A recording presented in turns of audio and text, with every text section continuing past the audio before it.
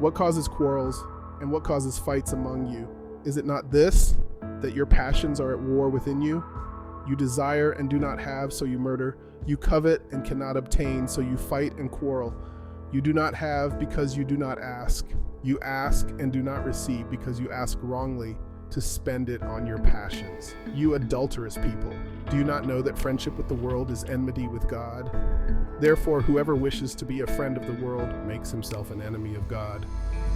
Or do you suppose it is to no purpose that the scripture says he yearns jealously over the Spirit that he has made to dwell in us? But he gives more grace. Therefore it says, God opposes the proud but gives grace to the humble.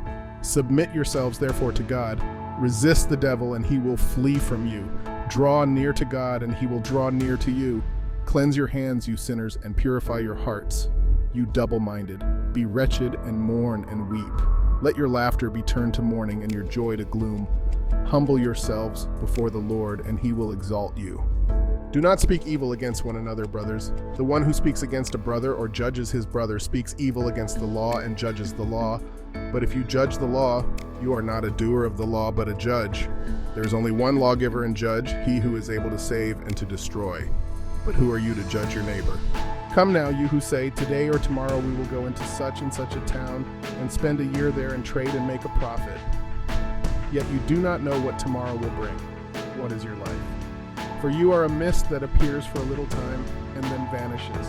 Instead, you ought to say, if the Lord wills, we will live and do this or that. As it is, you boast in your arrogance. All such boasting is evil.